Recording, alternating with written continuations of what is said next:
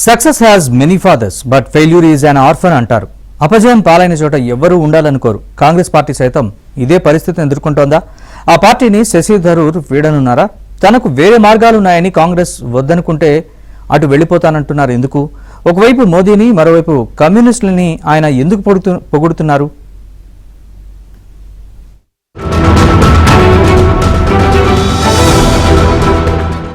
Congress senior నేత, మేధావి, కేంద్ర మాజీ మంత్రి శశి థరూర్ కాంగ్రెస్ పార్టీకి గుడ్ బై చెప్పే అవకాశాలు కనిపిస్తున్నాయి.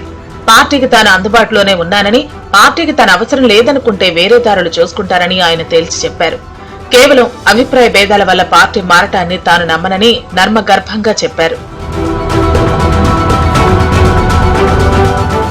నరేంద్ర మోదీ అమెరికా పర్యటన, కేరళలో కమ్యూనిస్టు విధానాలపై శశి థరూర్ ప్రశంసల జల్లు కురిపించడం ఇటీవలే కాంగ్రెస్ పార్టీలో వివాదాస్పదమైంది. ఆయనకు వ్యతిరేకంగా కేరళ కాంగ్రెస్ లో పెద్ద వర్గమే తయారైంది. శశి థరూర్ కు అంత సీన్ లేకపోయినా కాంగ్రెస్ అధిష్టానం ప్రోత్సహిస్తోందని ఆ వర్గం మండిపడుతోంది. తిరువనంతపురం నుంచి ఎంపీగా ఉన్న థరూర్ ఎవరికీ అందుబాటులో లేరన్న విమర్శలు వెల్లువెత్తుతున్నాయి.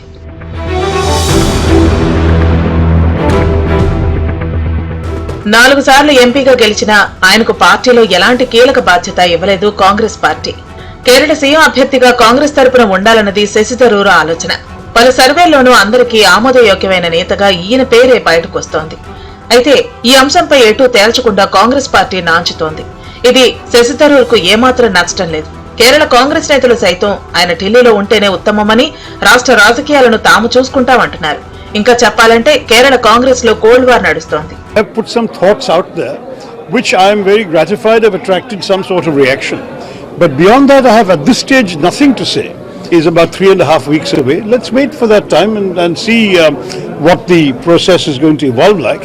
That's all I wrote in my article. I am surprised that has led to much more speculation than the article itself warrants. So this time, It all depends. I think that in my article I said I think multiple candidates would be a good idea, because I saw this in the British Prime Minister's race. Twice in 3 years they've had these races, and it genuinely creates a lot of public interest and curiosity when you have people putting their case forward to lead their own party, and at the end of the day, of course, only one person will emerge, but the process attracts support and legitimizes the victor.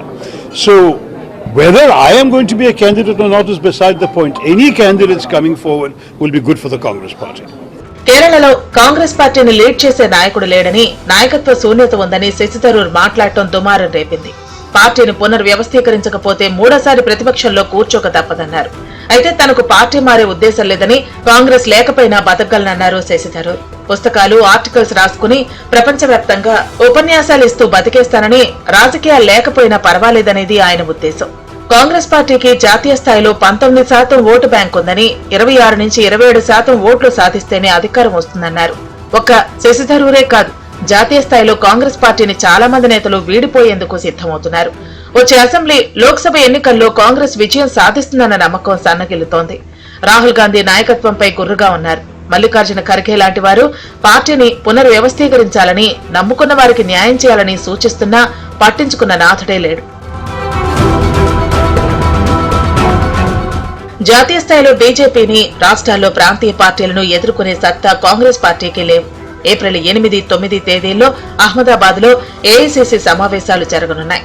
అందులోనైనా పార్టీని దిశానిర్దేశం చేస్తారో లేదో చూడాలి. నరేంద్ర మోదీకి ధీటైన నాయకుడు కాంగ్రెస్ లో ప్రస్తుతం లేరనేది నిర్వివాదాంశం.